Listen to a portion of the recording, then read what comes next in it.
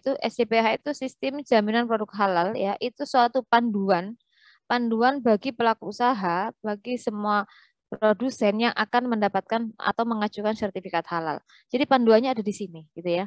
Nah, penyelia itu tugasnya apa sebenarnya? Penyelia itu tugasnya menyusun SJPH dari pelaku usaha. Jadi penyelia itu bekerja pada pelaku usaha ya. Penyelia itu bekerja pada pelaku usaha. Kebutuhan penyelia itu sangat besar sebanyak usaha yang ada di sekitar kita. Kenapa? Karena setiap pelaku usaha yang mengajukan sertifikat halal wajib punya penyelia. Bayangkan, sekarang ada berapa pelaku usaha di sekitar Anda? Itu semuanya wajib. Nantinya di tahun 2024, semua pelaku usaha yang bergerak di bidang makanan dan minuman kan harus bersertifikat halal ya. Dan itu semua harus punya penyelia gitu loh. Nah, penyelanya itu siapa? Ya Anda ini nanti syarat secara administrasi penyelia itu kan boleh lulusan apa saja ya, atau lulusan SMU boleh, tapi dia harus ikut pelatihan. Nah, Anda yang sudah lulus sarjana kimia sudah jelas sangat mumpuni atau sudah sangat sewajarnya minimal memang bisa menjadi penyelia gitu loh. Siapapun, jadi semua pelaku usaha itu wajib punya penyelia. Makanya kebutuhan penyelia itu besar ya. Lah, apa sih tugas penyelia kalau dia sudah bekerja pada pelaku usaha? Ya itu tadi menyusun SJPH, menyusun menyusun template ya. Jadi ada template manual ya. Yang itu disusun oleh penyelia ya.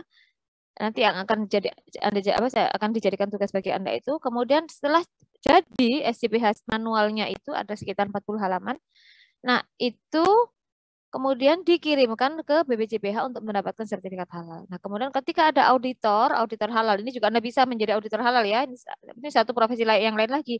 Mengaudit, memeriksa pelaku usaha untuk kemudian benar nggak sih pelaku usaha ini bisa apa sudah bisa nggak sih diajukan sertifikat halal atau sudah memenuhi nggak, sudah layak nggak mendapatkan sertifikat halal, itu kan auditor yang memastikan. Nah, ketika auditor mengunjungi pelaku usaha yang menerima, yang diperiksa ya SJPH-nya buatan penyelia tadi. Jadi ketika di lapangan yang berhadapan dengan auditor halal itu siapa? Penyelia. Gitu. Penyelia itu mewakili pelaku usaha, auditornya itu yang memeriksa.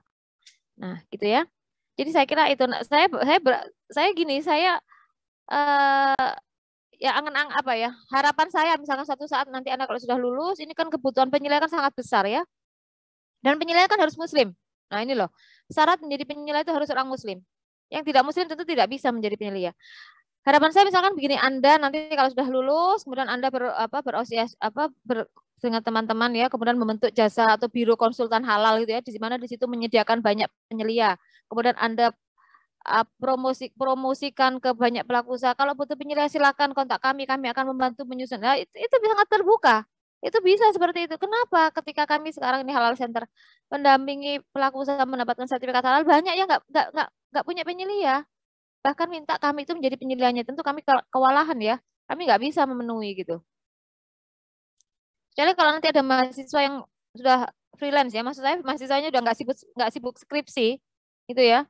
Nanti bisa kerja, berarti bisa bisa bisa saya bantu menyalurkan menjadi penyelia di pelaku usaha yang banyak menghubungi kami gitu, menghubungi Halal Center.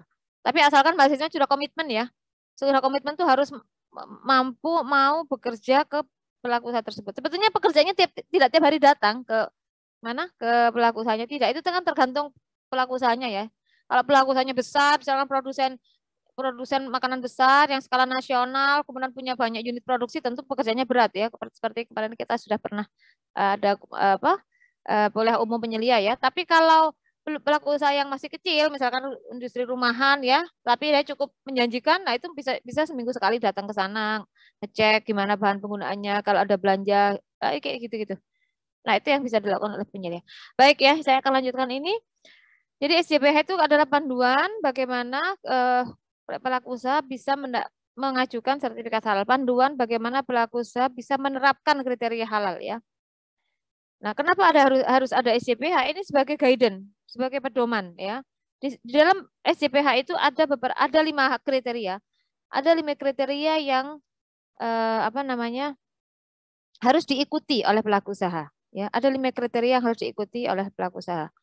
Ini kemarin sudah mestinya ya. Apa itu sistem jaminan produk halal atau SJPH?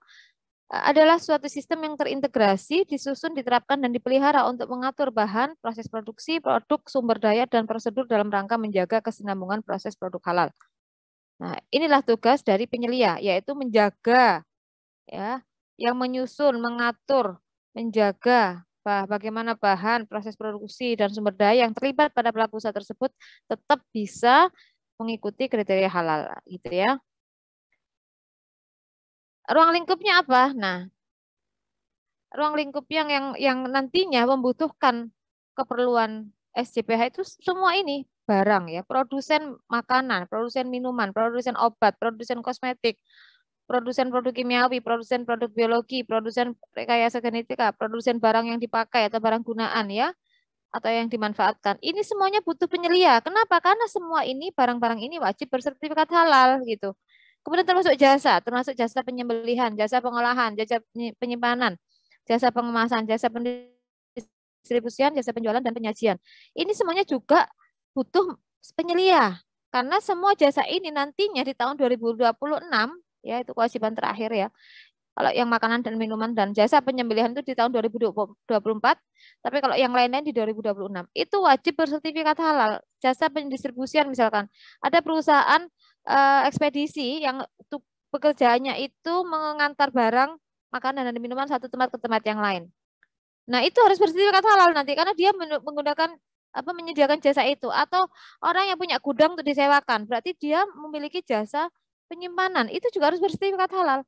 Kan banyak ya orang-orang menyewakan gudang, nanti kemudian ada konsumen memanfaatkan gudang tersebut. Nah, itu kalau gudangnya itu diperuntukkan apa namanya untuk menyimpan makanan dan minuman, maka gudang itu harus bersertifikat halal gitu loh.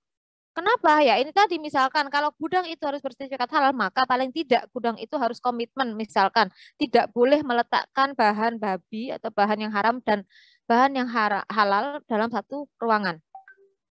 Nah, itu salah satu kriterianya. Nanti itu diterangkan di mana? Di SJPH. Nah, gitu ya.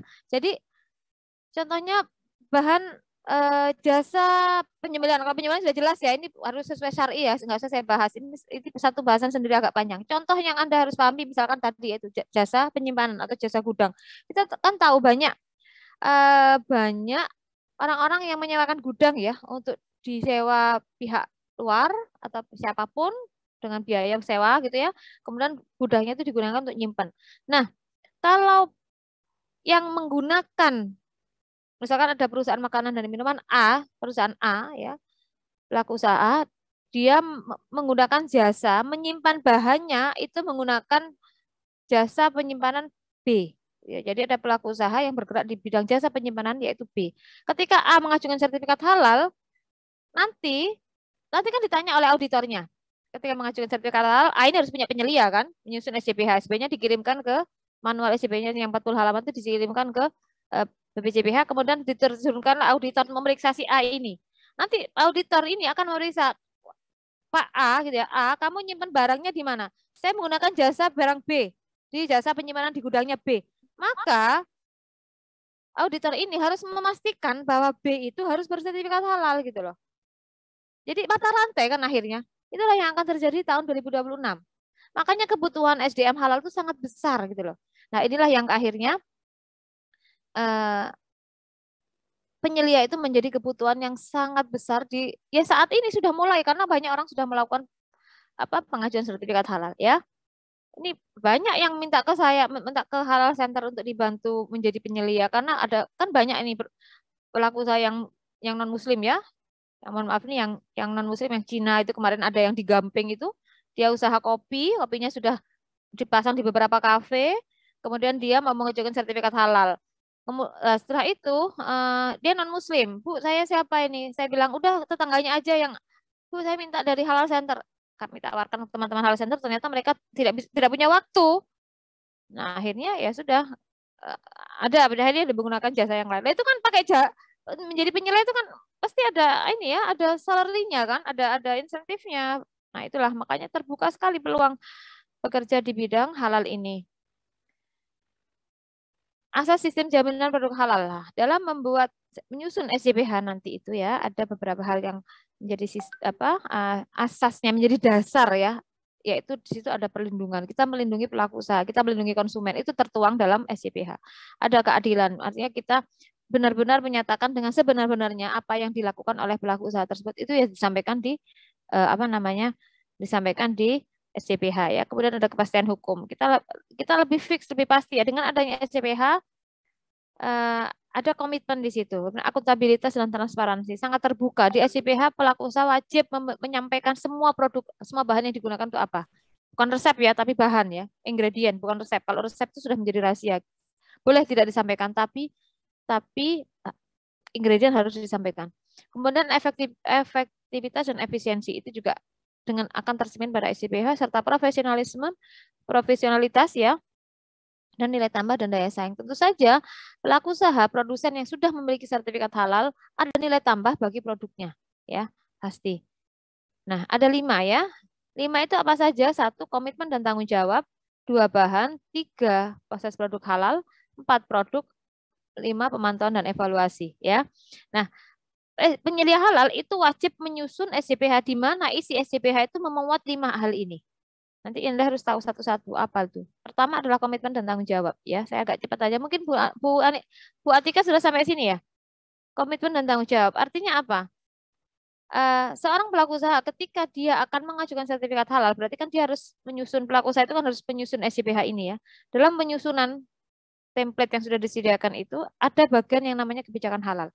Artinya apa? Pelaku usaha dan manajemen pelaku usaha atau manajemen puncak dari perusahaan tersebut harus berkomitmen, harus menetapkan kebijakan halal. Apa diantaranya?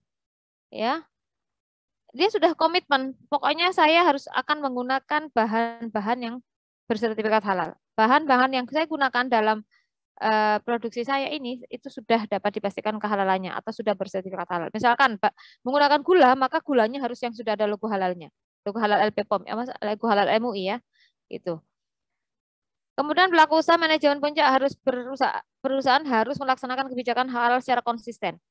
Itu diantaranya salah satu contoh kebijakan halal, harus menggunakan bahan yang halal ya. Kemudian menggunakan sistem produksi yang tidak berkaitan dan bersentuhan dengan bahan non halal. Itu komitmen harus dilaksanakan secara konsisten gitu ya. Pelaku usaha manajemen puncak perusahaan harus memastikan bahwa kebijakan halalnya yang ditetapkan dipahami dan diterapkan oleh seluruh personel dalam organisasi. Artinya, ketika perusahaan tersebut menetapkan kebijakan halal, seluruh personel, seluruh SDM, seluruh karyawannya harus tahu bahwa perusahaan tempat dia kerja itu sudah menetapkan kebijakan halal. Supaya pelayannya juga hati-hati, termasuk suppliernya. Misalkan gini, perusahaan tersebut sudah menetapkan kebijakan halal, maka suppliernya harus tahu. Kenapa? Ya supaya ketika suppliernya itu dimintai, saya mau tolong sediakan gula yang sudah bersertifikat halal ya. Nah, mereka akhirnya paham, oh iya ya, kenapa? Karena ini sudah menetapkan kebijakan halal gitu loh. Dan itu harus dipahami oleh seluruh staf yang terlibat di situ, staf yang bekerja, ya termasuk yang bagian belanja, termasuk yang bagian bungkusi, termasuk yang bagian packing, itu harus tahu bahwa perusahaan tempat dia kerja sudah menetapkan kebijakan halal. Nah, gitu ya. Pelaku usaha manajemen puncak perusahaan harus mensosialisasikan dan mengkomunikasikan kebijakan kepada seluruh pihak terkait stakeholder ya, termasuk tadi distributornya, termasuk kepada suppliernya, termasuk pada konsumennya ya. Jadi semua yang terlibat pada proses produksi itu harus diinformasikan bahwa saya ini sudah menetapkan kebijakan halal gitu loh. Nah, ini penyelia diantaranya tugasnya memastikan bahwa memang kebijakan halal itu sudah diterapkan sedemikian rupa oleh pelaku usaha tersebut gitu. Yang kedua, dalam penetapan dalam kriteria pertama itu tentang kebijakan halal ya, di situ diantaranya ada tanggung jawab pimpinan puncak ya. Ini saya lupa ini aja, kelihatan kecil. Pelaku usaha atau pimpinan puncak perusahaan harus menetapkan personel muslim. Nah, maka pelaku usaha itu, pimpinannya, ownernya itu harus punya penyelia yang muslim. Ini semuanya ada bagiannya. Pelaku usaha, pimpinan puncak berkomitmen mengizinkan personel muslim untuk melaksanakan kewajiban beribadah. Ini termasuk kriteria. Artinya apa? Pelaku usaha itu harus memberikan waktu bagi staf karyawannya kalau waktunya sholat. Nah, gitu ya. Pelaku usaha, pimpinan perusahaan harus meregistrasi penyelia halal kepada BPJPH. Nah, penyelia halal itu harus terdaftar di BPJPH. Harus terdaftar nantinya ya. Pelaku usaha pimpinan perusahaan menjamin tersedianya sumber daya yang kompeten dan memadai untuk menyusun, penerapan, dan perbaikan yang berkelanjutan dari SCPH-nya. Jadi sistem yang digunakan yang terangkum dalam SCPH ini sebagai panduan itu harus dilaksanakan secara konsisten. Nah, ini tugas penyelia untuk mengawasi benar nggak SCBH-nya sudah dilakukan oleh pelaku usaha ini. Nah, gitu ya. Lanjutkan saja, ini banyak beberapa. Kemudian ada pembinaan SDM. Pelaku usaha yang sudah menetapkan kebijakan halal seperti itu, maka harus ada pembinaan SDM-nya. Misalkan pelaku usaha mengikut sertakan penyeliaannya dalam pelatihan. Jadi karena penyelia itu kebutuhan dan sertifikat kompetensi itu sudah kewajiban, maka dengan sendirinya pelaku usaha itu punya kepentingan. Karena kalau pelaku usaha itu memiliki penyelia yang belum ikut pelatihan atau untuk apa, untuk perusahaan dengan skala menengah besar ya, itu kan wajib punya sertifikat penyelia nih, penyelianya. Maka pelaku usaha itu yang mengikutkan pelatihan, membayarkan gitu ya, membayari gitu. Nah, seperti itu.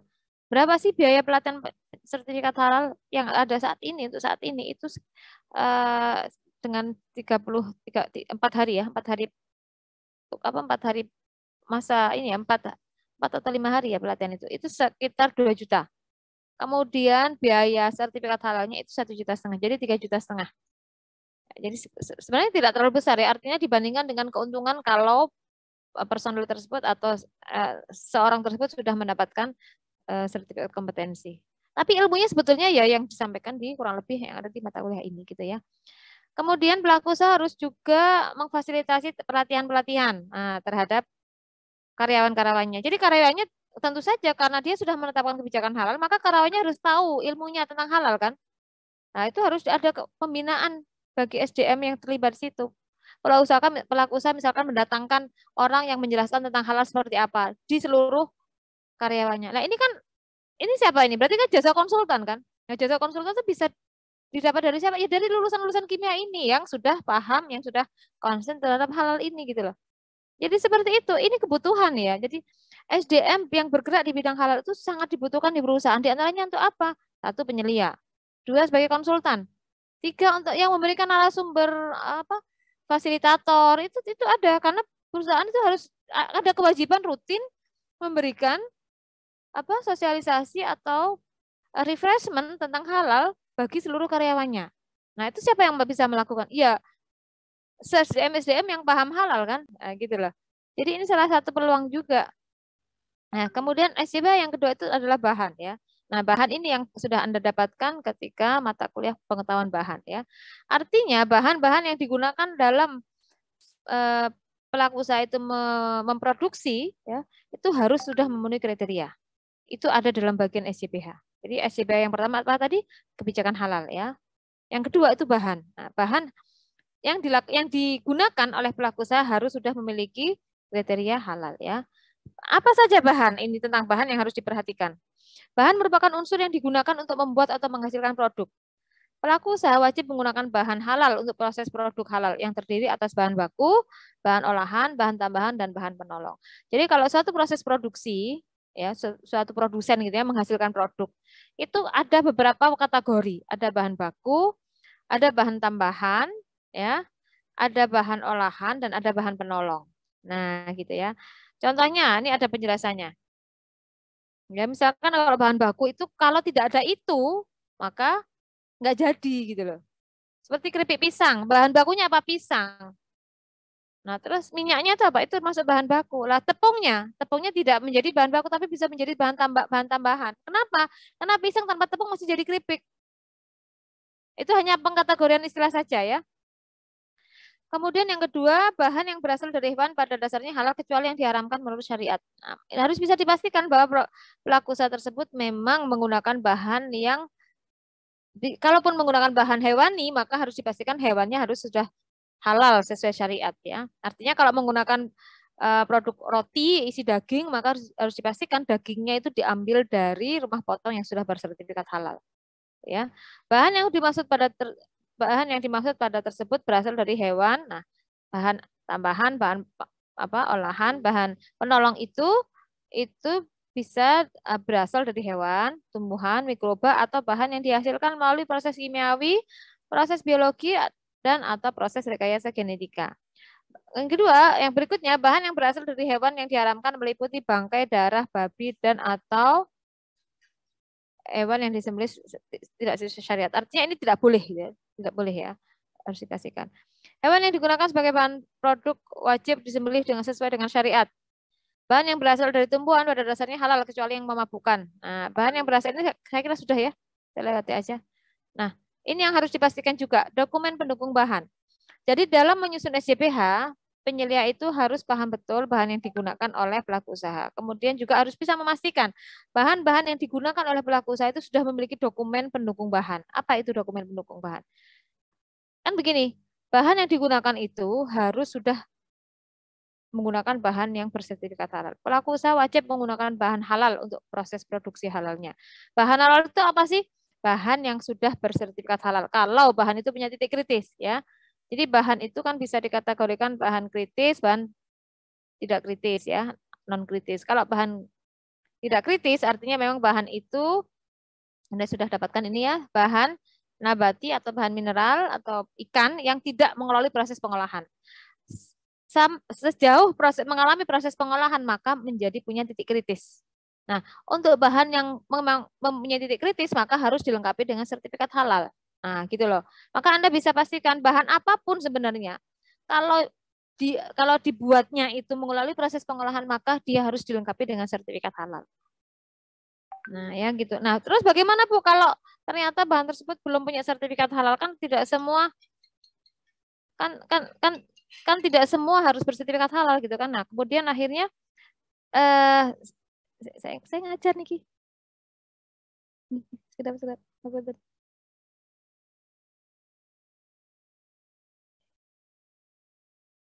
Nah, bagaimana tadi?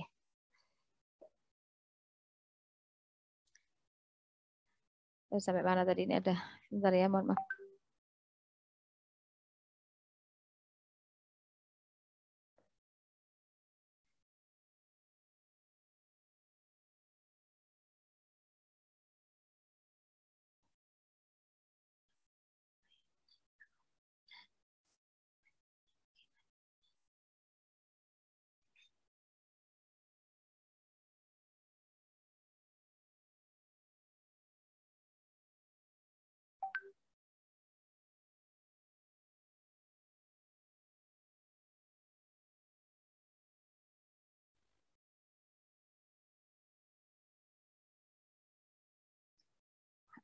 Baik. Ya, jadi itu ya. Jadi bahan itu bisa kita kategorikan selain bahan baku, bahan tambahan, bahan penolong, kita bisa sebut sebagai bahan kritis dan tidak kritis. Ini sudah ya, saya kira ya. Nah, untuk bahan yang kritis, maka harus berarti itu kan bahan melalui proses pengolahan, maka harus memiliki sertifikat halal. Terus bagaimana kalau ada bahan yang dia belum mendapatkan sertifikat halal itu loh? Karena kan kita tahu tidak semua juga bahan sudah bersertifikat halal kan. Terus apa? Maka itu boleh dilengkapi dengan dokumen-dokumen yang lain. Nah, gitu ya. Maka yang dimaksud dengan dokumen pendukung itu adalah satu, sertifikat halal. Untuk memastikan bahwa bahan yang digunakan itu halal loh. Satu, sertifikat halal. Dua, bahan apa bahan pendukung ya. Seperti apa bahan pendukung dan sertifikat halal yang bisa kita gunakan sebagai bukti bahwa bahan ini memang halal? Ya kalau misalkan kayak gula batu gitu ya, itu kan nggak punya nggak jarang ya yang sudah bersertifikat halal. Tapi kan kalau gula batunya digunakan oleh pelaku usaha yang mau mengajukan sertifikat halal, maka gula batunya kan harus bersertifikat halal juga gitu kan. Karena dia punya titik kritis. Terus apa yang harus kita gunakan kalau dia nggak punya SH? Maka kita bisa gunakan selain sertifikat halal, bahan pendukung yang dokumen pendukung yang bisa digunakan adalah apa namanya? COE, Certificate of Analysis, itu nanti ada ya. Kemudian ada spesifikasi bahan, jadi di situ ada apa? Ini bahan apa itu ada penjelasannya gitu ya. Kalau bahan gula batu apa sih ya? Kita tes tebu, kemudian eh, nira ya misalnya apa saya nggak tahu nih buatnya. Terus kemudian ada pengolahan ya, pengolahannya menggunakan adsorben atau tidak. Nah, itu adsorbennya harus disebut di situ gitu ya. Dari apa dia apa? Karbon aktifnya dari mana? Dari tulang atau dari kayu. Nah, itu ya. Selain itu ada MSDS. MSDS Anda sudah kenal ya sebagai mahasiswa kimia. MSDS itu juga bagian dari dokumen pendukung. Gitu ya. Nah, yang ketiga proses produk halal ya. Proses produk halal ini bagian dari yang harus diikuti. Nah, ya yang pertama tadi apa? CPH 1 kebijakan halal, 2 bahan. Jadi artinya dari segi bahan harus sudah dipastikan memang menggunakan bahan yang halal ya. Untuk membuktikan bahan ini halal, maka kita bisa lengkapi dengan sertifikat halal. Kalau belum punya sertifikat halal, kita bisa gunakan dengan dokumen-dokumen pendukung yang lain. Di antaranya Certificate of Analysis. Semoga ada contoh nanti di sini ya. Atau menggunakan dokumen spesifikasi bahan namanya ya. Atau menggunakan MSDS. Ya. Misalkan ada pelaku usaha menggunakan apa namanya ini nih yang bisa digunakan ini apa ya, bahan kimia yang asam cuka, misalkan menggunakan asam cuka, ya, menggunakan asam cuka. Nah, asam cukanya itu kan belum bersertifikat halal. Nanti kita lihat secara MSDS itu apa, kita bisa tunjukkan, kita bisa lampirkan bahwa untuk memastikan asam cuka yang digunakan oleh pelaku usaha tersebut memang berasal dari bahan kimia yang tidak bersentuhan dengan, kan asam asetat ya, tidak bersentuhan dengan bahan-bahan yang najis atau bahan yang haram. Nah, seperti itu. Jadi MSDS bisa digunakan ya. Kemudian proses produk halal berdasarkan PP nomor 39 tahun 2021. Proses produk halal yang selanjutnya disingkat PPH adalah rangkaian kegiatan untuk menjamin kehalalan produk, mencakup penyediaan bahan, pengolahan, penyimpanan, pengemasan, pendistribusian, penjualan, dan penyajian produk. Nah, jadi tadi sudah. Nah, ini yang ketiga itu proses produk halal. Ini ya apa ya namanya?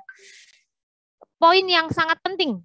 Ya, poin yang sangat penting yang harus dipastikan kehalalannya, yaitu namanya proses produk halal. Proses produk halal itu apa sih? Nah, ini yang selanjutnya disingkat dengan PPH.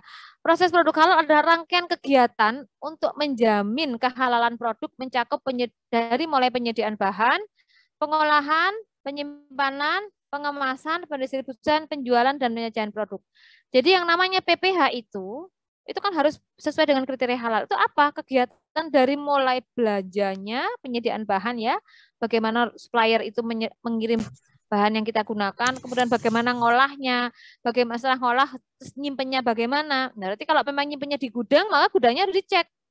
Gitu kan? Kalau ternyata nyimpennya itu di gudang sewa, maka gudangnya harus dicek oleh auditor kalau mau memastikan bahwa bahan yang diajukan itu memang benar-benar sudah memiliki kriteria halal. Atau kalau penyelia sedang menyusun SJPH, maka gudang tempat menyimpannya ini, karena gudang bagian dari PPH ya, penyimpanan itu bagian dari PPH, itu sudah bersertifikat halal gitu ya. Nah, kemudian pengemasan ya. Jadi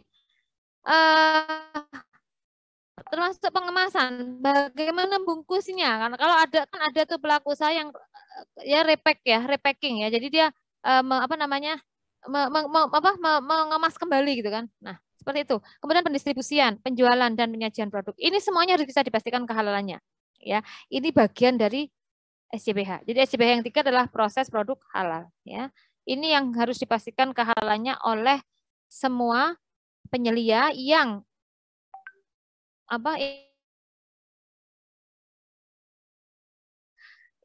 penyelia harus bisa memastikan bahwa pelaku tersebut dari mulai proses penyediaan bahan sampai penyajian produknya itu sudah memenuhi kriteria halal. Kemudian lokasi apa yang termasuk dalam PPH itu? Yang harus diperhatikan, ini kan definisi PPH. Yang harus diperhatikan dalam proses PPH ya, dalam proses produk halal itu ada ini lokasi.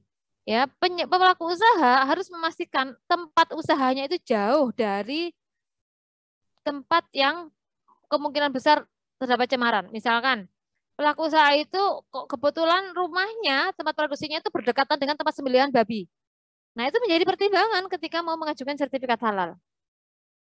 Ternyata misalkan hanya dibatasi oleh pagar yang pagarnya yang misalkan tingginya 1 meter gitu ya.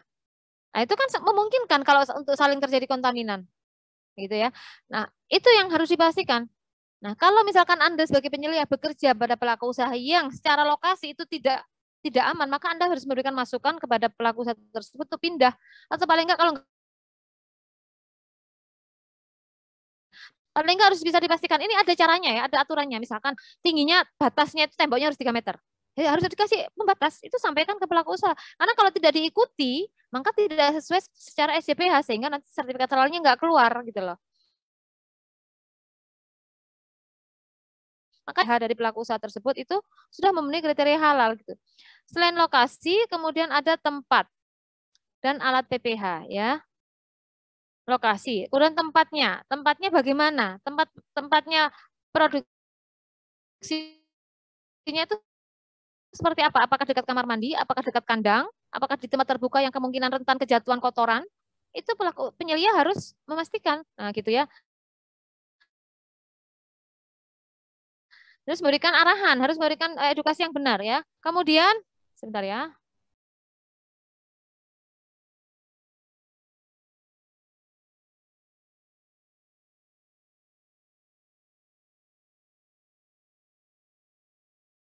Kemudian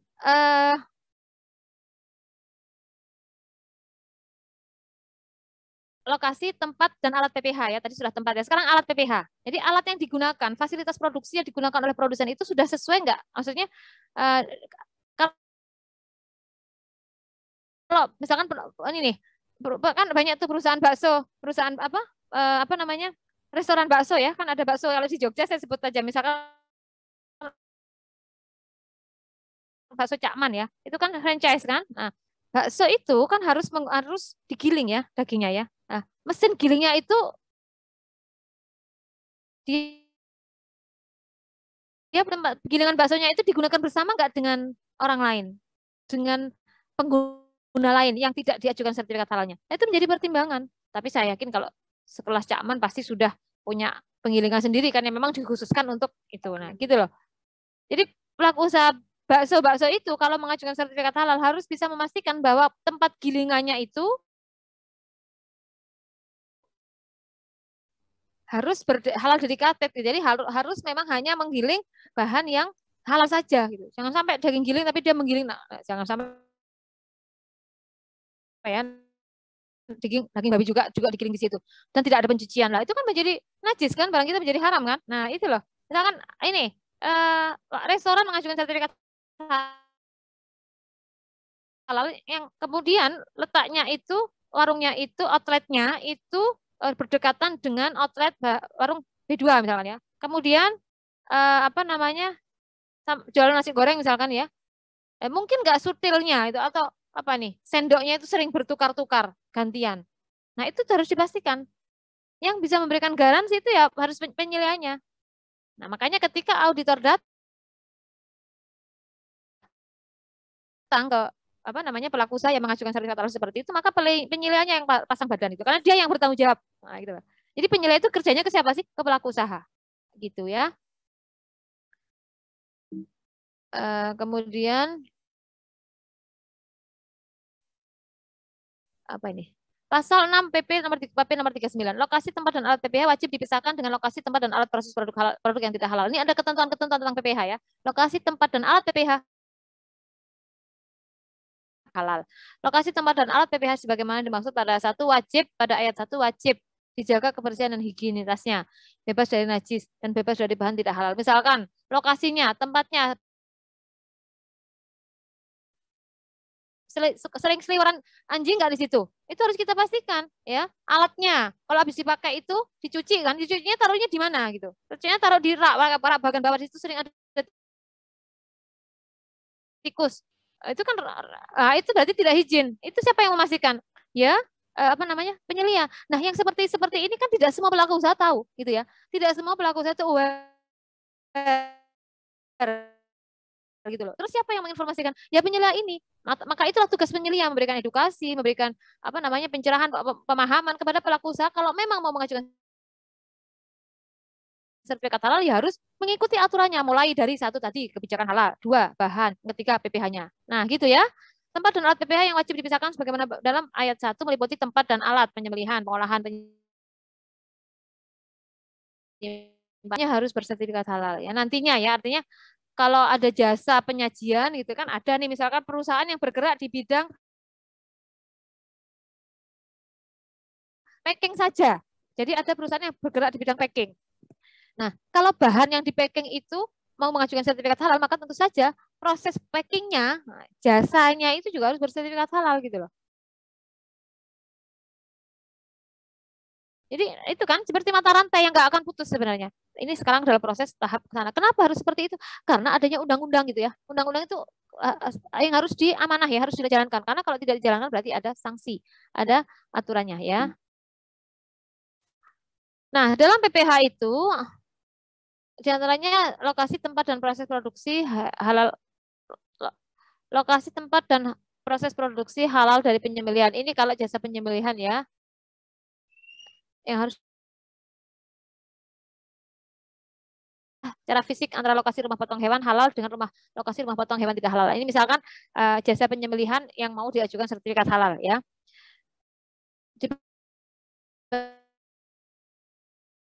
Alat dan produk antar rumah potong. Tidak berada di daerah rawan banjir, tercemar asap, bau, debu, dan kontaminan lainnya. Ya misalkan di pertanyaan ini misalkan, yaitu tadi contohnya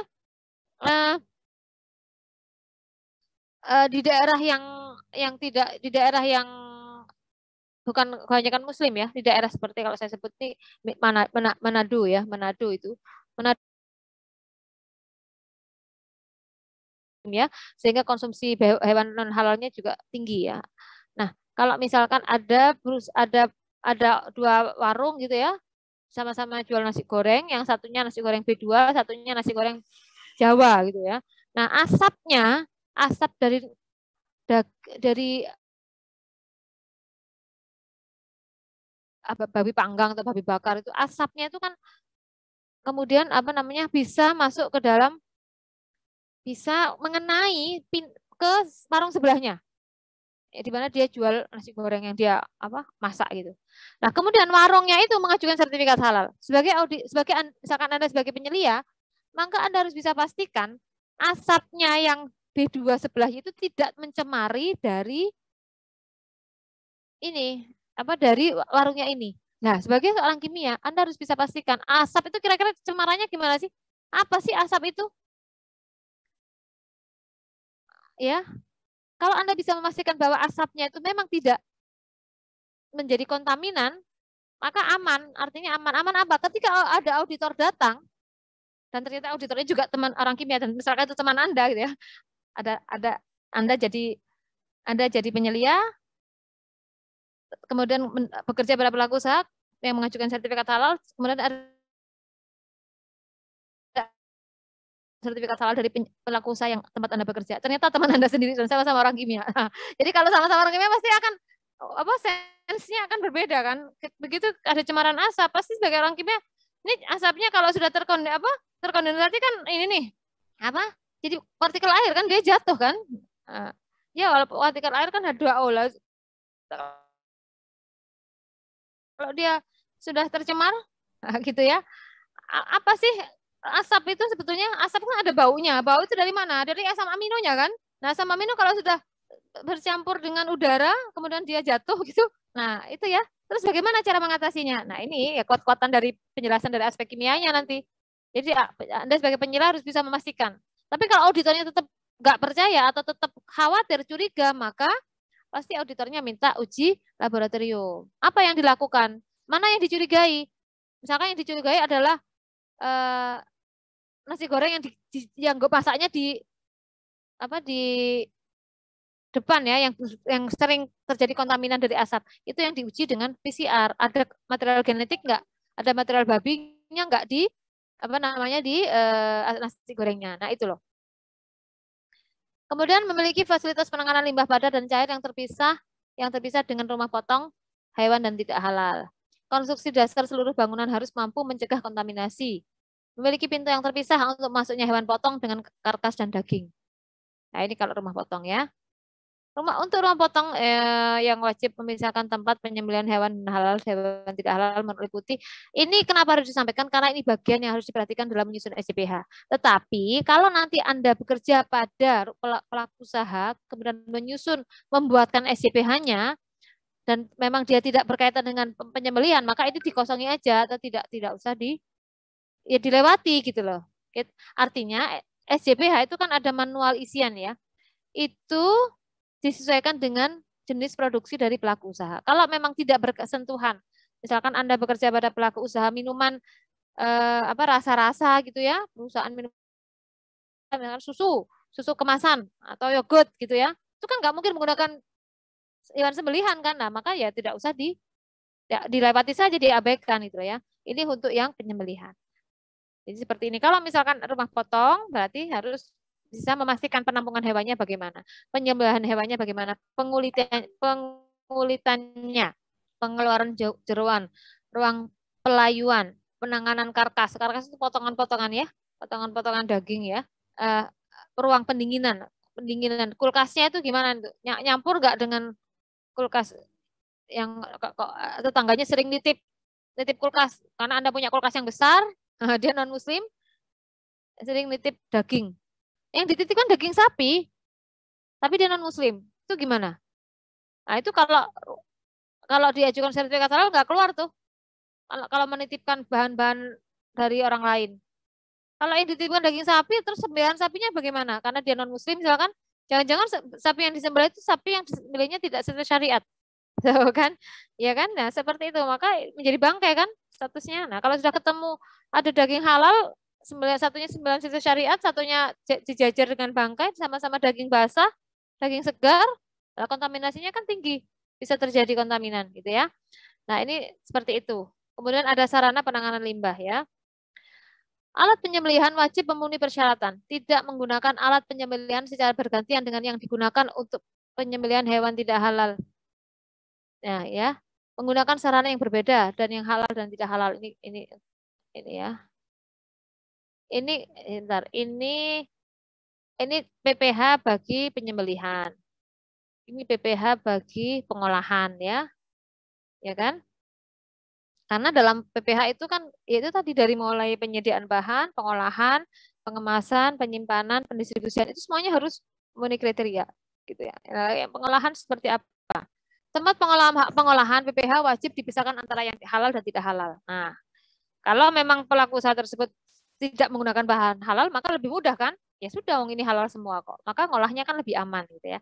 Maka kita harus pastikan penampungan bahannya bagaimana, penimbangan bahannya, pencampuran bahan, pencetakan produk. Kalau mau cetak, kan mengolah nih, mencetak. Cara cetakannya apa? Apakah menggunakan bahan yang mengandung bahan dari yang haram? Gitu ya. Ini kan teknologi semua sebenarnya. Artinya kan nggak mungkin Bu, misalkan ada bahan babi di dalam alat pencetakan. Siapa bilang gitu kan? Ya contohnya porselen itu. Porselen itu untuk supaya dia tahan banting itu harus dicampuri dengan tulang kan, bone. Ya, artinya tahan banting itu nggak mudah pecah ya. Cawan krus misalkan, cawan krus itu saya nggak tahu ya yang alat bekerja di laboratorium ya. Artinya ini bahan keramik ya, supaya dia lebih tahan itu harus dicampuri dengan komposit tulang. Nah, tulangnya itu tulang apa gitu loh. Itu harus dipastikan dengan ini pencetakan ini, misalkan ada bahan cetakannya dari keramik, maka keramiknya harus dipastikan bahwa memang benar-benar dia hanya terbuat dari silika gitu atau gelas ya. Jadi nggak boleh ada bondnya. Nanti siapa yang tahu kan kimia semua itu. Artinya yang tahu berpikir ke sana ya kita harus sebagai seorang kimia harus memahami itu. Makanya kalau kenapa sih auditor halal itu syaratnya orang kimia? Karena diantaranya itu kimia itu punya ilmunya gitu ya. Hal-hal yang tidak kelihatan itu kan bagian dari yang dipelajari oleh orang kimia.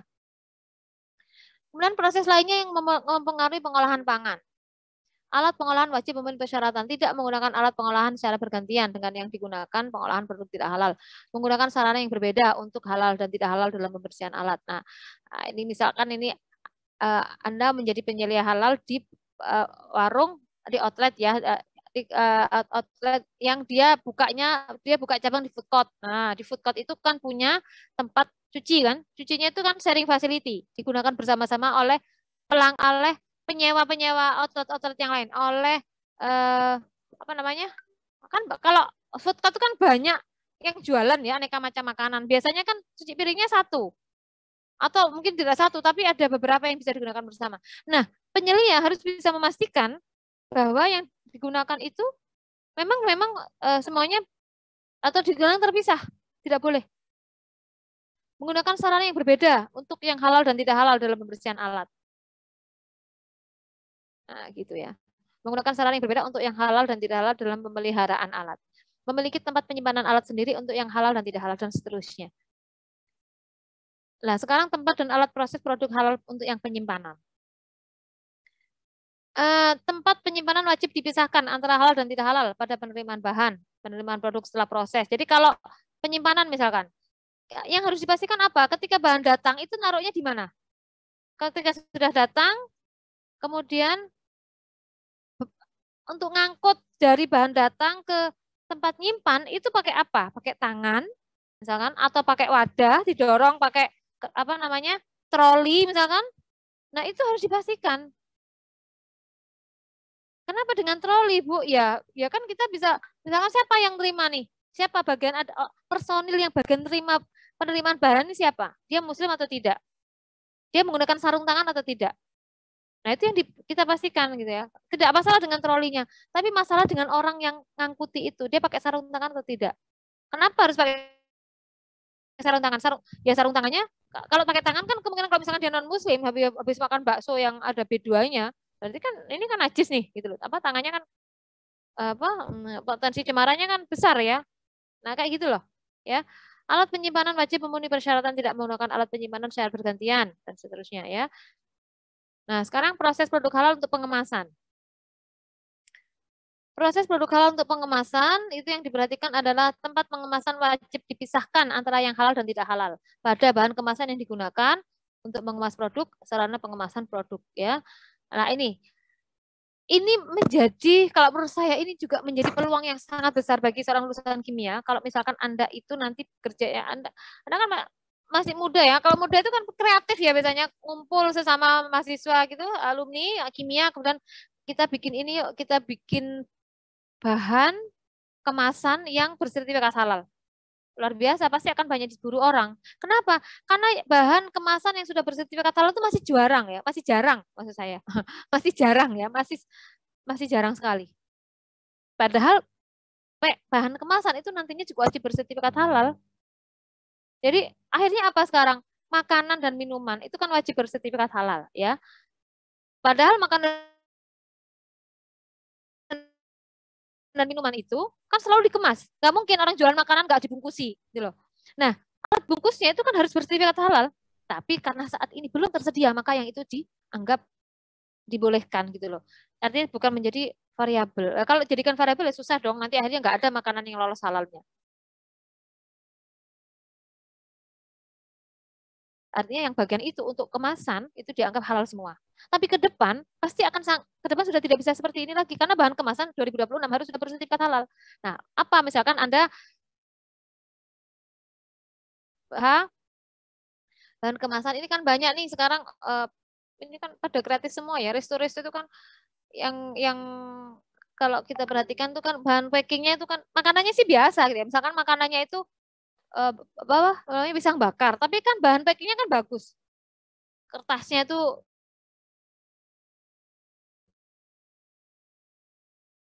pakai yang ramah lingkungan gitu kan ada. Nah, itu pasti itu akan lebih lebih punya nilai lebih halalnya. Nah, Anda sebagai orang kimia bisa memastikan bahwa ini memang benar-benar menggunakan selulosa yang proses mendapatkan selulosa itu tidak berkaitan, tidak bersentuhan dengan bahan haram.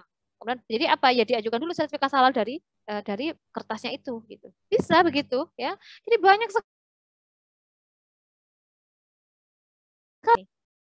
Ini masih bicara dari bahan ya, belum industri halal yang lain ya. Fashion ya, kemudian uh, wisata halal, menjadi konsultan halal itu bisa bisa menjadi konsultan di apa namanya? uh, tempat wisata-wisata sekarang kan sudah mulai digalakkan ya wisata halal. Apa sih jadi kemana-mana ngomongnya nih? Anda menjadi konsultan untuk objek wisata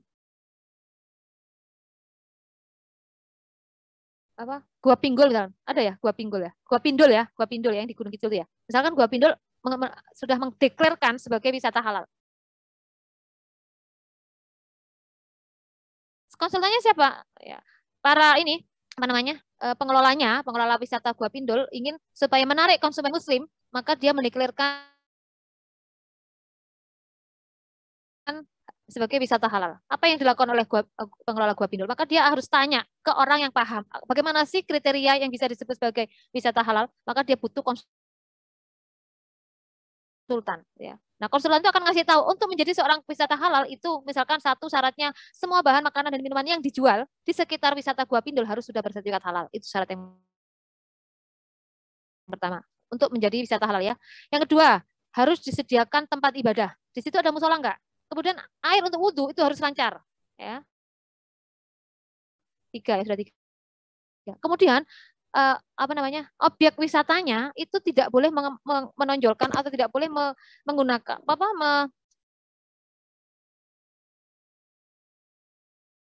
menjual gitu ya, menjual wisata yang berbau pornografi, pornografi dan kesyirikan, kemusyrikan ya. Misalkan kalau Gopindol kan kan enggak ada tari-tariannya kan. Nah,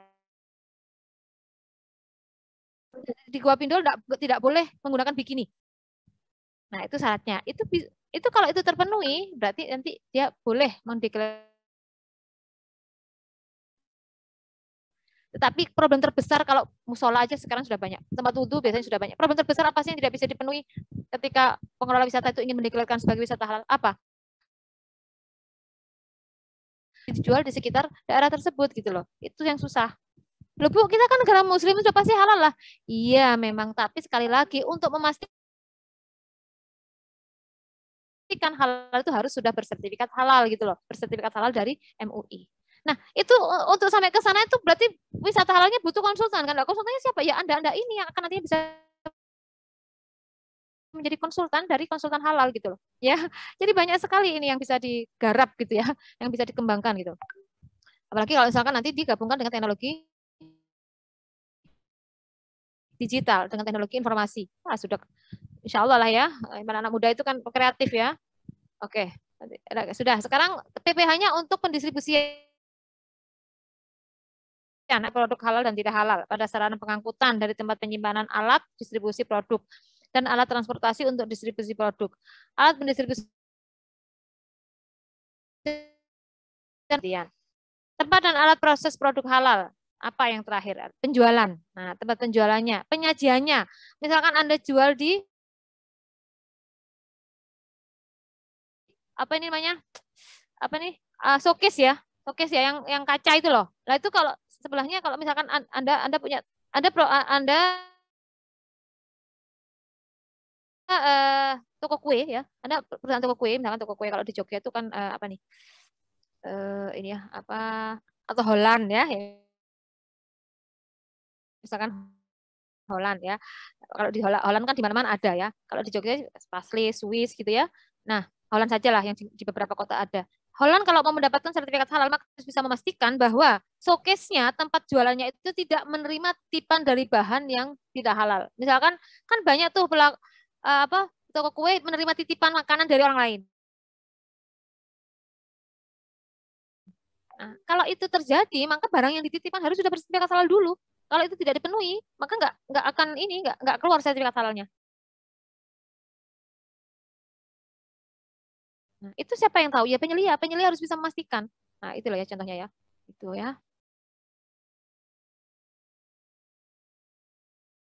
Nah, sekarang penyajiannya. Ya, penyajiannya. Menggunakan wadah apa nih gitu ya? Daun atau piring ya. Piringnya ada tulangnya enggak gitu. Menggunakan sarana yang berbeda untuk yang halal dalam pemeliharaan alatnya tadi sudah ya. Nah, sekarang pendistribusian, penjualan dan penjajahan produk yang berasal dari hewan dan non-hewan. Ini enggak usah. Nah, sekarang 4. Ini saya lewati ya. Satu ini saya lewati. Sekarang yang 4. SDPH yang keempat. Tadi ada 5 ya. Satu, kebijakan halal. 2, bahan. Ketiga, PPH halal dari mulai pengolahan sampai penyajian ya. Yang keempat itu produk. Nah, jadi produknya itu harus dipastikan memenuhi kriteria halal. Produk yang memenuhi kriteria halal itu apa sih? Pelaku usaha wajib menghasilkan produk dari bahan halal, diproses dengan cara sesuai syariat. Pelaku usaha wajib menjamin produk selama persiapan, pemrosesan, pengemasan, penyimpanan, dan pengangkutannya dipisahkan secara fisik dari produk atau material lain yang tidak halal sesuai dengan syariat Islam. Dengan produk dengan, nah ini harus kita perhatikan. Nama produk yang mengandung nama minuman keras, contohnya root beer, es krim, rasa, atau es krim rasa rum atau apa namanya minuman makanan apa nih kue rasa rum ya atau jadi kalau Anda sebagai penyelia, kemudian Anda bekerja di pelaku usaha yang produknya itu menggunakan istilah-istilah seperti ini, maka itu nggak akan keluar sertifikat halalnya. Terus bagaimana Anda sebagai penyelia? Ya mengusulkan kepada pelaku usaha jangan gunakan nama-nama yang seperti ini. Gitu. Jangan, sebetulnya jualannya sih cuman ini ya, minuman apa sih, sarsaparilla misalkan. Apa itu sarsaparilla? Minuman atau minuman teh telang ya, yang warnanya ungu itu ya. Tapi biar kesannya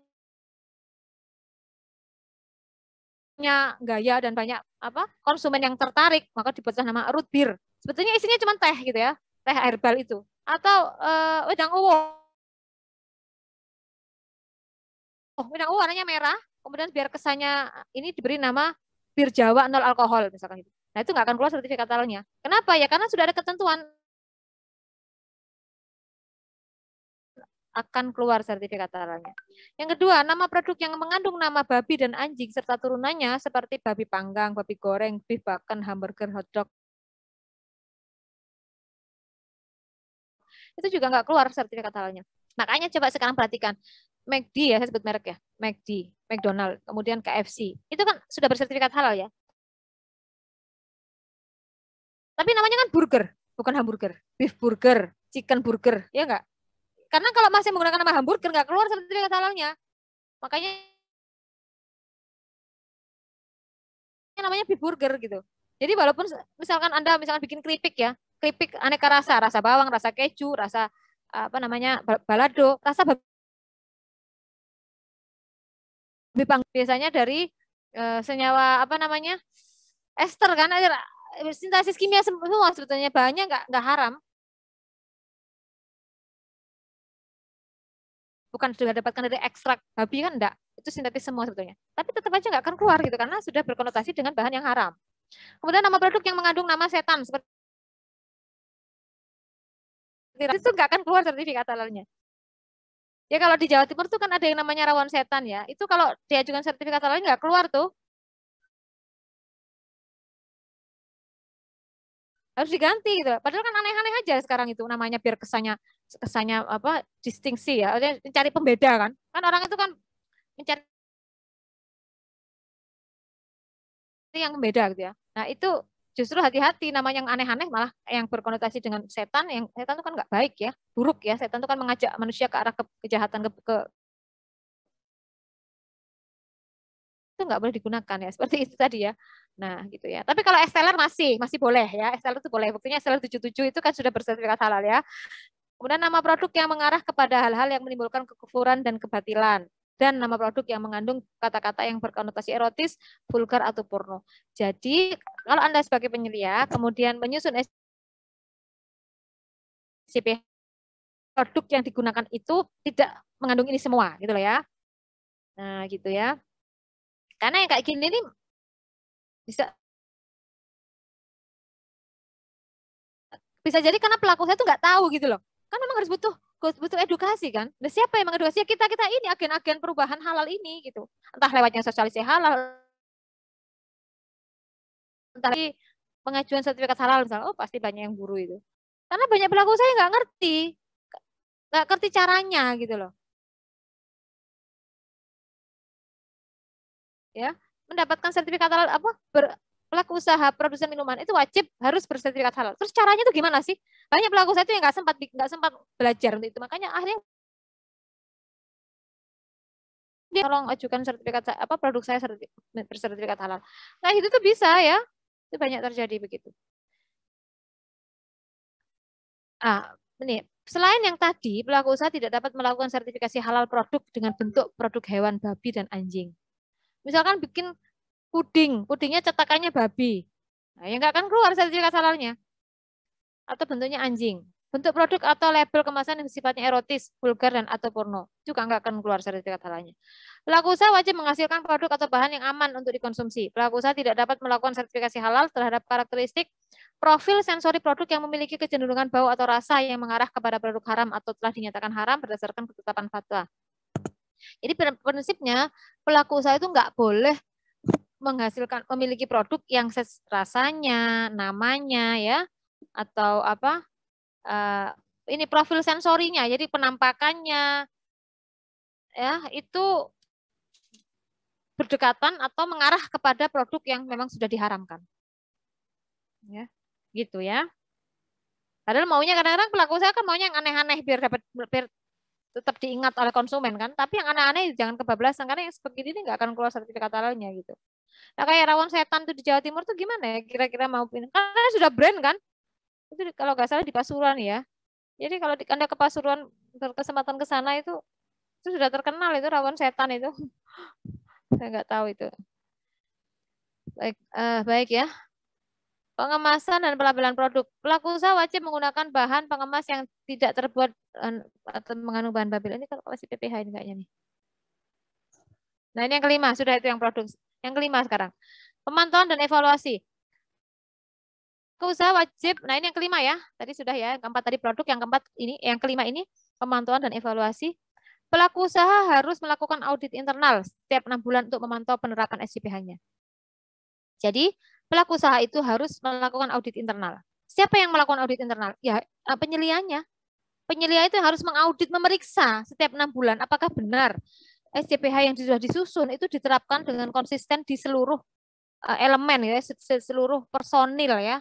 Misalkan penyelia harus bisa memastikan bahwa yang bagian bungkusi itu harus tahu kebijakan halal yang dilakukan oleh pemiliknya. Nah, gitu. Yang seperti itu tuh harus kita pastikan ya, kita cek, kita audit ya. Audit internal namanya, dilakukan oleh pelaku usaha itu sendiri. Jadi kemudian pelaku usaha harus melakukan kaji ulang manajemen untuk mengevaluasi penerapan SJPH.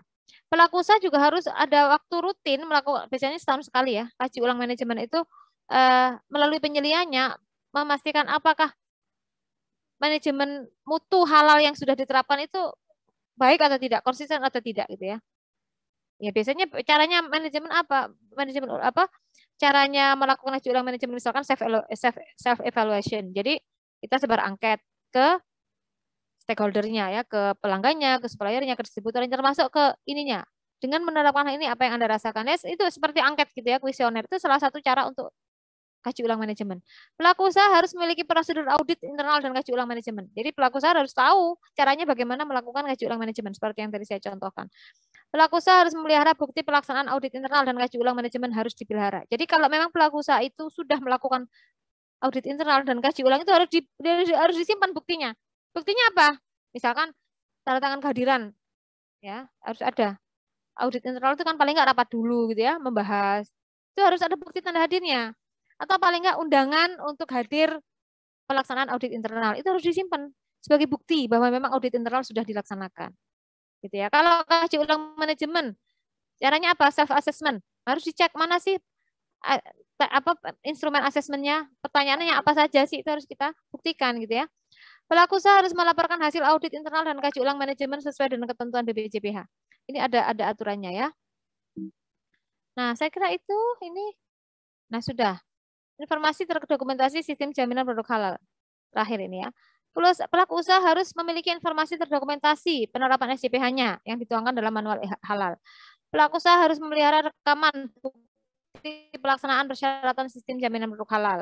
Pelaku usaha membuat manual halal yang sesuai dengan skala industri, struktur organisasi, ruang lingkup, tahapan proses produksi, tingkat risiko, dan lain-lain sesuai dengan pedoman dan ketentuan dari BPJPH. Ya. Nah, seperti apa sih apa namanya? Seperti apa namanya ini seperti apa manual yang akan Anda kerjakan sebagai tugas nanti ya. Ini saya berikan contoh manual SJPH. Jadi Anda saya minta menyusun ini ya. Sebentar, saya tarikan dulu di laptop.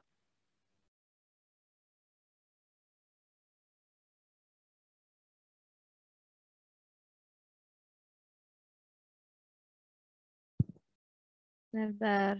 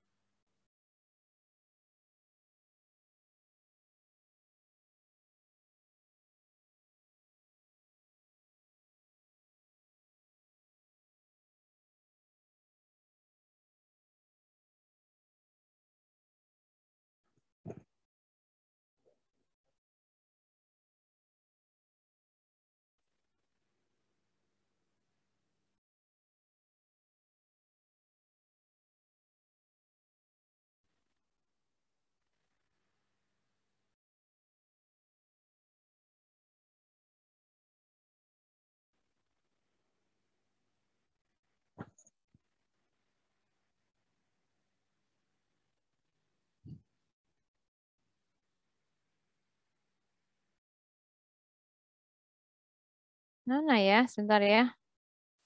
Sik, sik.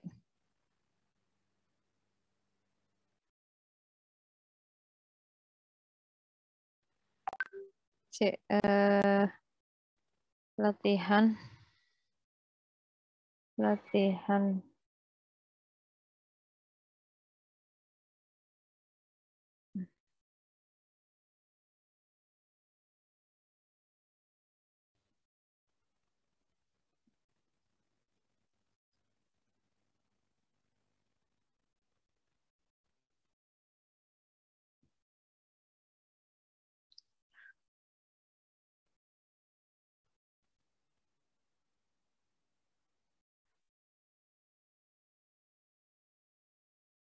Saya itu pernah nyimpen tapi kok lupa di mana ya. Yang SCPH, yang SCPH reguler.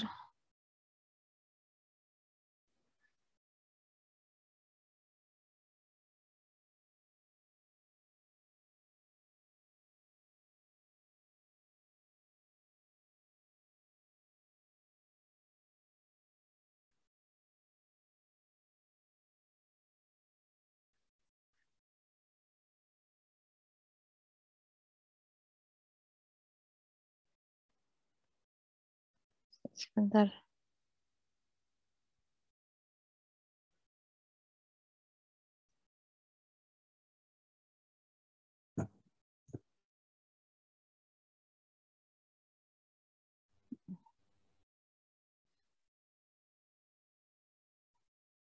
SCPH reguler.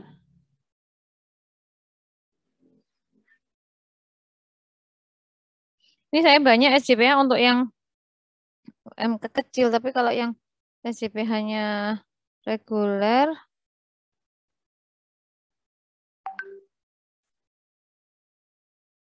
sebentar. Sorry.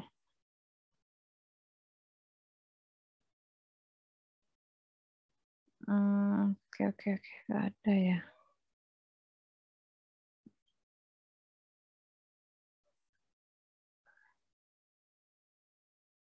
Oh, ini. Oh, ini.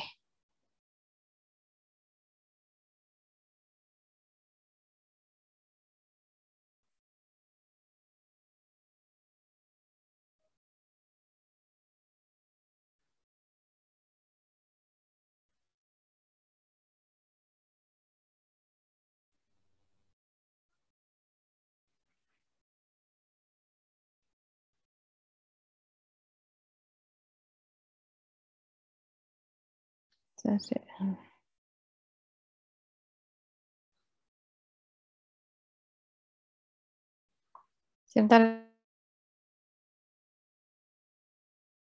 ya, sebentar. Storage. Kalau ada yang mau tanya silakan. Sampai sini. Sambil saya cari template-nya. Siapa yang mau tanya? Boleh?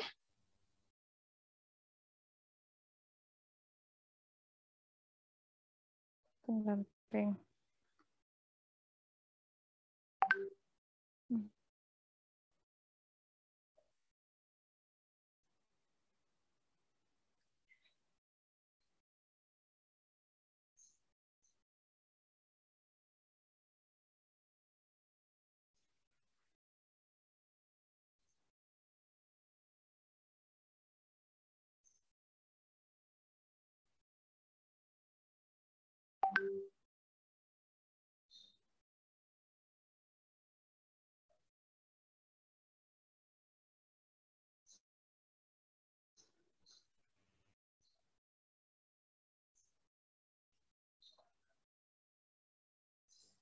Kalau nggak ada,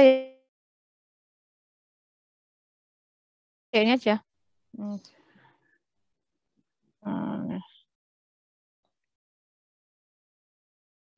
Iya, saya kirim ya. Nanti saya kirim di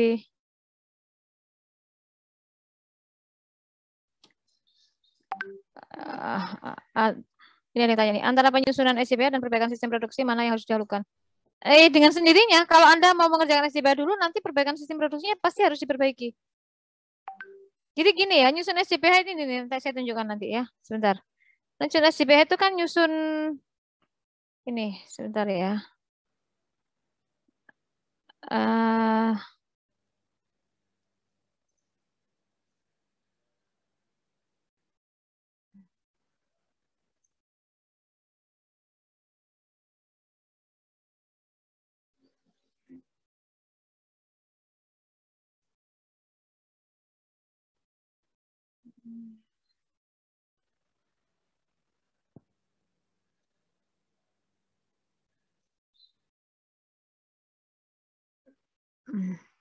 Sementara ini dulu, nanti saya kasih file Word-nya ya. Ini saya tunjukkan dulu.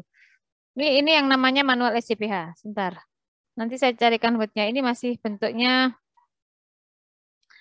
eh, PDF. Sebentar. Nah ini. Ini adalah manual SJPH. Jadi penyelia halal itu harus menyusun ini. Maka tugas Anda adalah Anda seperti simulasi ya. Anda mengambil contoh pelaku usaha. Jadi waktunya agak panjang ini. Nanti kita itu kan minggu depan sudah mulai masuk UAS ya. Maka kira-kira sampai tanggal berapa kita agak lama aja lah untuk yang ini. Jadi biar ada waktu Anda untuk melakukan apa namanya pembuatan SJPH berdasarkan pelaku usaha yang Anda jadikan contoh ya. Kira-kira sekarang itu tanggal berapa ya? Sekarang tanggal 27 ya. Sabtu 28, maka nanti dikumpulkannya mungkin ya kira-kira sih tanggal 15 ya. 17 Jumat nanti, 17 Juni ya. Masih ada banyak waktu. Nah, apa yang harus Anda kerjakan? Anda menyusun seperti ini. Individu ya, sendiri-sendiri. Ya. Ini berarti apa kalau Anda harus menyusun ini? Anda harus ke pelaku usaha. Terserah di sekitar Anda, ya. Anda bertindak sebagai seorang penyelia. Jadi seolah-olah Anda itu orang yang menyusun SJPH dari pelaku usaha, ya. Tulis terserah mau restoran, mau warung, mau keripik, wes terserah, terserah Anda ya. Saya nggak membatasi apapun. Kemudian yang diisi adalah yang warna merah. Ini ada wordnya ini. Jadi ini kan masih PDF ya. Jadi yang diisi itu warna merah.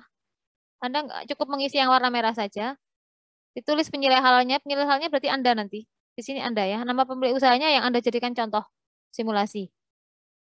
Ya kalau misalkan saudara Anda ada yang jualan, misalkan ya pelaku usaha ya nggak apa-apa, saudaranya sendiri boleh gitu ya. Nggak saya batasi. Nah ini, tuh ini kan sudah ada isinya. Nah, nama perusahaannya siapa? Dia punya NIB belum? Enggak. Kalau nggak ada ya nggak usah diisi. Skala usahanya apa? Apakah mikro, kecil, atau menengah nanti ya. Ada template-nya ya nanti ya. Kemudian nama penyelianya siapa ya Anda gitu. Tapi kalau misalkan ternyata di situ dia juga sudah punya penyelia atau kebetulan Anda mencoba simulasi aja siapa dia, nanti satunya Anda. Minimal Anda berarti jadi seorang penyelia di sini gitu loh. Kalau perusahaannya sudah punya nama pelaku usaha tersebut ditambah nama Anda sendiri ya. Namanya di mana? Nah, mereknya apa? Misalkan roti bikin donat gitu ya. Donat kentang. Nah, ini kan banyak nih di Jogja nih. Ya apa tulis aja gitu. Nah, ini kan nggak usah ngetik, ini sudah ada semua. Tinggal Anda isi yang warna merah.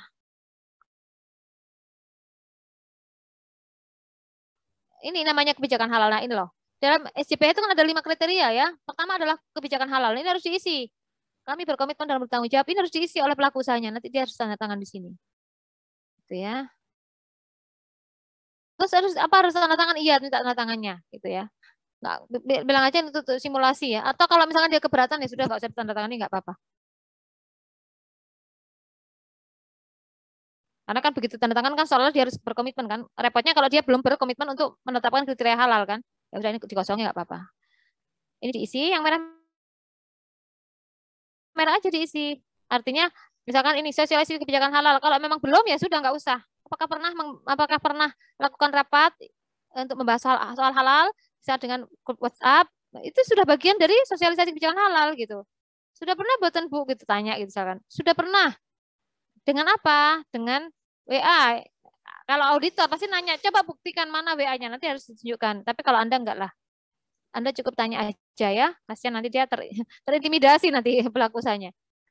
Nah, apakah dia punya ini pernah ada tinjauan manajemen atau sosialisasi kebijakan halalnya, dan notulensi rapatnya, ada daftar hadir rapat, itu harus ditunjukkan. Ada foto-foto kegiatan ketika sosialisasi halal, karyawannya dikumpulkan, kemudian ada orang yang paham halal kemudian pidato di situ gitu ya, menyampaikan sambutan memberikan penjelasan. Nah, seperti itu.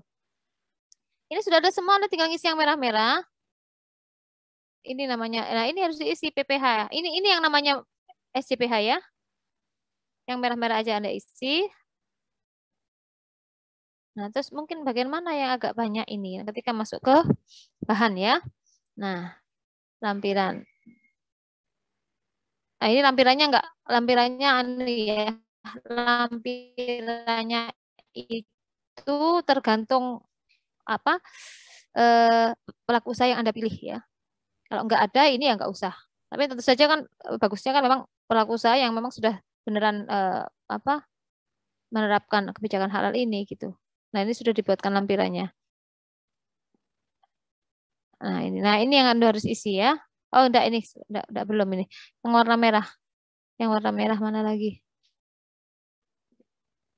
Nah, ini yang Anda harus isi. Ini yang mengimplementasikan pengetahuan bahan yang sudah diajarkan di mata kuliah ini. Dia perusahaannya apa sih yang Anda pilih? Misalkan bakeri. Lah kalau bakeri itu pasti banyak nanti. Karena bahan tambahan BTP-nya kan banyak. Ya, harus diisikan semua di sini. Produsennya, negaranya siapa, suppliernya, ya harus diisi semua. Apakah sudah bersertifikat halal? Kalau sudah, berapa nomornya ya? Diisi. Harus halal MUI ya, bukan halal yang ditulis halal kemudian dibuletin. Nah, itu nggak berlaku kalau kayak gitu. Nah, itu diisi. Nah, ini misalkan ini yang gini. Toko donat. Nah, ya, perusahaannya donat. Donatnya ada rasa keju, rasa coklat, rasa strawberry ya, fillingnya ya misalkan ya.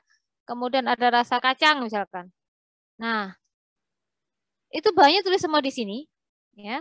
Bahannya ditulis semua di sini. Kemudian bahannya ditulis di sini semua. Apa sih bahan donat? Ini apa sih kalau ini? Ini bahan yang digunakan dan label-labelnya ya, dan bukti dokumen pendukung halalnya tadi. Nah, kalau ini spesifikasinya. Jadi seperti ini. Seperti produsen donat ya. Bahannya yang digunakan donat itu apa saja? 1, tepung terigu, gula, vermipan misalkan ya. Apalagi donat itu. Ya, Anda tanya aja ke dia. Misalkan donat kentang, berarti pasti ada kentang. Kemudian ada garam. Ada apa lagi nih? Minyak goreng ya. Nah, terus baru ada keju Kraft misalkan ya, atau ada coklat Ceres. Kemudian ada gula pasir, sugar ya. Kemudian ada strawberry selai misalkan. Sudah. Ini semua bahan yang digunakan oleh pelaku usaha donat. Nah, kemudian produknya apa? Anda tulis di sini donat rasa coklat. Maka yang berbahan yang digunakan untuk membuat donat rasa coklat harus dicentangi semua. Tentu saja semua dicentangi kecuali yang keju Kraft, selai dan kacang. Kan begitu. Kan nggak pakai itu untuk yang rasa coklat, yang donat rasa coklat ya. Nah, kedua, tulis dulu produknya. Nomor 1 donat rasa coklat. Nomor 2 donat rasa keju. Maka semua bahan yang digunakan untuk membuat donat rasa keju harus dicentangi semua di sini. Nah, kecuali yang tidak dicentang apa? Berarti yang coklat seresnya. Gitu kan? Mesin seresnya nggak dicentang. Kenapa? Kalau bikin donat rasa keju kan nggak pakai mesin seres. Nah, gitulah maksudnya ya. Jadi bahannya tulis aja semua. Nanti tinggal produknya apa sih dari bahan ini yang bisa dihasilkan, tulis di sini, baru kemudian dicentangi bahan-bahan yang digunakan untuk produk tersebut. Nah, gitu ya. Nah, ini catatan pembelian. Nah, tanya ke orangnya, ini belinya di mana, kapan. Kalau ingat tulis ya. Seperti inilah nanti kalau menyusun SCPH. Jadi seperti ini. Ini contoh ya bagaimana menyusun SCPH. Artinya pelaku usaha itu memang harus detail ya. Ya, kenapa sih harus diberi waktu pembelian? Karena kalau auditor datang, kemudian melakukan tracing, melakukan telusur, misalkan dia kebetulan menggunakan minyak curahnya belum bersertifikat halal, tapi pelaku usaha tuh kekeh, ini sudah halal kok. Kok tahu gitu? Iya, karena tokonya ngomong kalau ini sudah halal, tapi kan belinya curah yang diplastiki ya, literan. Nah, akhirnya apa? Auditornya kan harus memastikan toko mana. Nah, taunya dari mana? Ya dari sini. Waktu pembelian kapan? Jumlahnya di mana tempat belinya? Ada di sini. Kapan? Di sini, tanggal ini. Kita datang, notanya itu harus dikumpulin. Pak, ini tanggal sekian, ini ada Pak Ahmad beli minyak. Benar nggak minyak sudah bersertifikat halal? Gitu loh caranya. Itu salah satu, itu kerjaan auditor ya. Tapi sebagai penyelia harus menuliskan ini semua. Nah, gitu. Jadi kalau auditor halal nanti tugasnya memeriksa, tapi kalau penyelia menyediakan bahan yang akan diperiksa. Nah, gitu ya.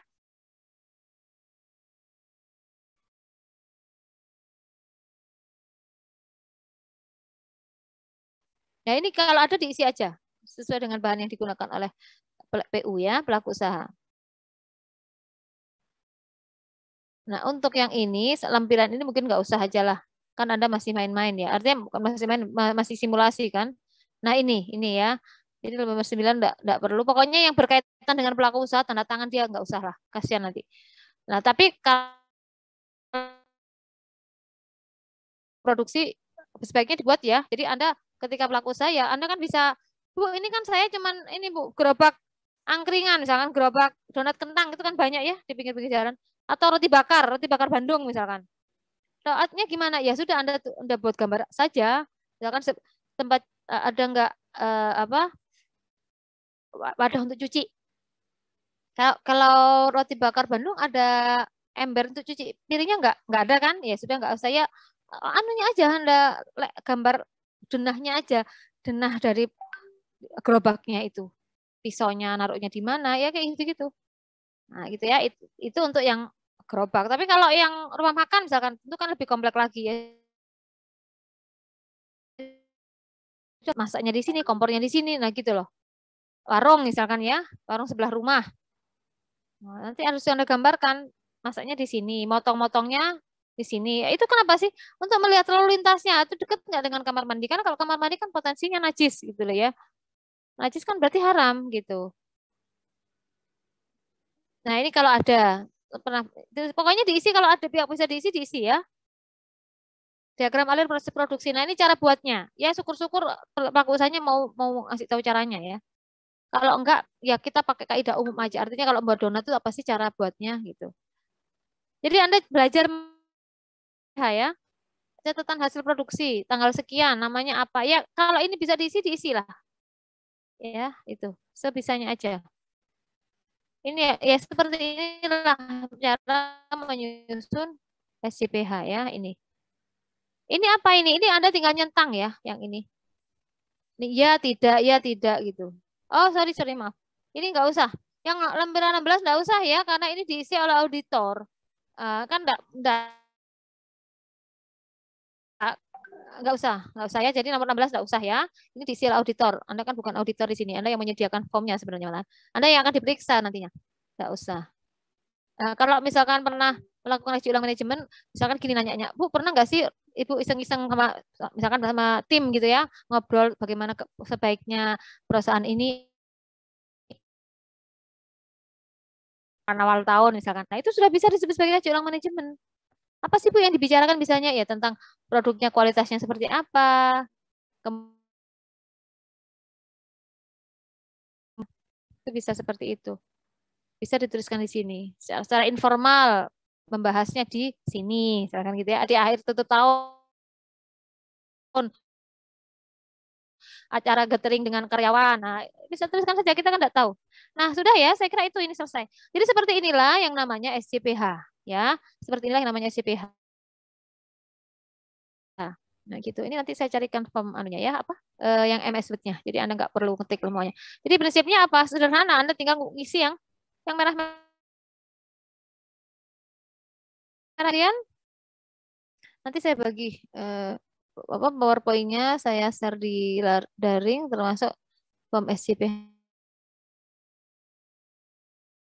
hanya. Oke, ada pertanyaan terkait tugas? Jadi tugasnya individu ya, kerja sendiri-sendiri. Cukup, Bu. Adam, gimana Adam? Sudah cukup, Bu. Oh jelas ya, oke baik. Kalau begitu, coba saya mau diaktifkan semua nih kameranya nih.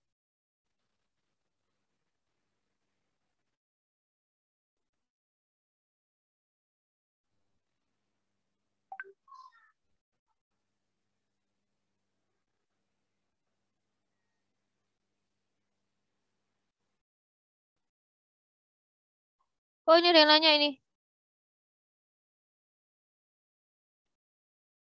Bu, izin bertanya kalau misal pelaku usahanya catering dan memilih salah satu menu saja, apakah bisa? Iya, sebenarnya kalau nanti Anda penyedia halal bekerja pada catering ya nggak bisa, harus semua ya. Harus semua ya. Tapi kalau praktek ya jangan satu lah. Kalau satu hanya milih rawon gitu, rawon aja berarti ya. Ya paling nggak dua ya, dua menu ya. Boleh tapi jangan satu ya, dua menu ya. Gitu. Karena gini loh, CPH itu kan sebagai dasar pedoman untuk memastikan bahwa pelaku usaha itu sudah menerapkan halal atau tidak. Kalau itu menerapkan, berarti kan lolos ya, keluar sertifikat halal. Nah, sertifikat halal itu ditempelnya di warung, bukan di produk, gitu loh. Makanya agak berat, agak susah kalau kita mengajukan sertifikat halal untuk warung, karena apa? Kalau sampai keluar, maka apapun yang dijual di warung itu otomatis sudah harus halal kan? Nah, itu kan eh, susah, telusurnya banyak gitu loh. Makanya harusnya memang semuanya. Tapi kalau ini praktek ya sudah minimal dua ya, jangan satu ya. Atau kalau Anda kebetulan sebelahnya itu warung soto, ya berarti pasti kan dia jual es. Iya kan, nggak mungkin kan soto aja. Nah berarti kan ada dua, gitu ya. Nah seperti minimal kalau warung soto, nah, kalau bakso, kalau dia warung bakso, oke bakso saja enggak apa-apa. Gitu ya. Cukup jelas ya.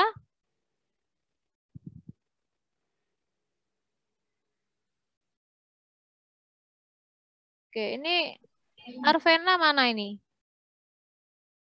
Sama Vicky. Anggita. Arvena ada, Arvena. Arvena ada?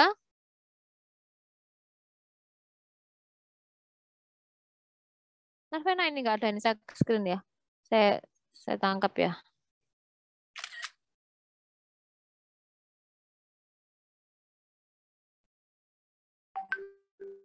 Berikutnya. Lengkap ini.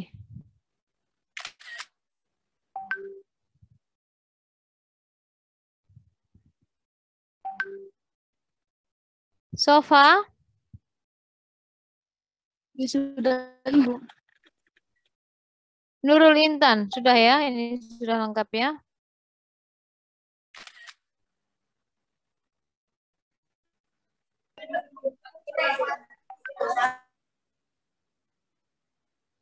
Nah, ini yang keempat nih. Adeline. Adeline, Lailiana. Raditya. Samroh. Fitria.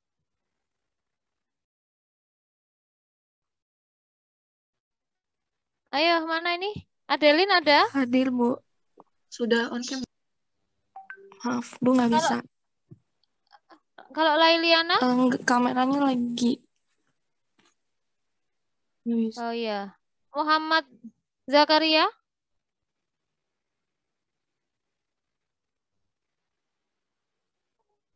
Zakaria? Sama Fitria? Sama Raditya? Tiga ini ya. Tadi sudah ada tadi yang pertama tadi siapa tadi? Nggak ketangkep. Nggak ada berarti ya. Zakaria ada. Raditya? Raditya? Nggak ada. Fitria? Fitria sama Raditya nggak ada ya.